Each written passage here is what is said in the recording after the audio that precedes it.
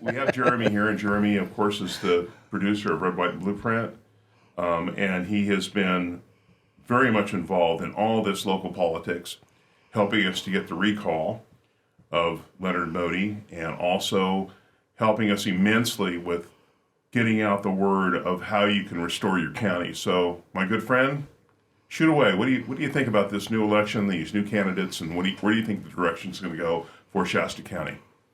You know, it's interesting. I wasn't super involved in the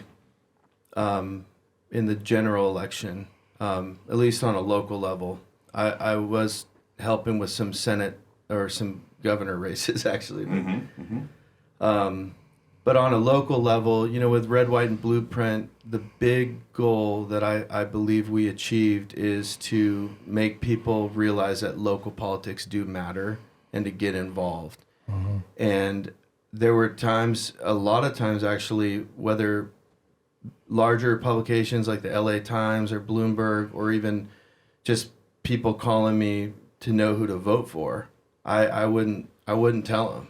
I'd be like, you missed the whole point of Red, White, and Blueprint if you're calling me to ask who to vote for. Right. The whole point of it was to get people to care about local politics in order to decide who they want to be the elected officials for their needs, you know.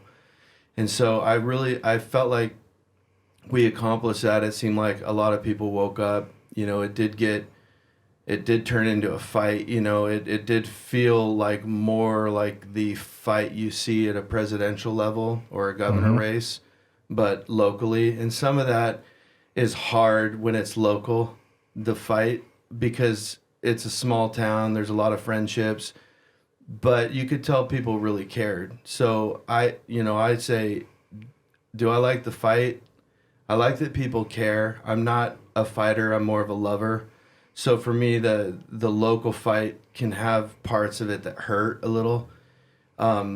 Seeing people get drugged through the mud and things like that. But I did like that people care. I did like that people, it seemed like, you know, what I was always impressed is even some of the debates, even for like the DA's position or the sheriff's position, I'd go to some of those debates, and some of them were like a sold out concert. And, you know, one of them I actually showed up, and there was probably 100 people outside trying to hear the debate through open doors and open windows inside. And there wasn't a seat available. At some point, somebody came up and said, hey, we got you a seat. And inside, I felt like I was like, oh, backstage pass or whatever.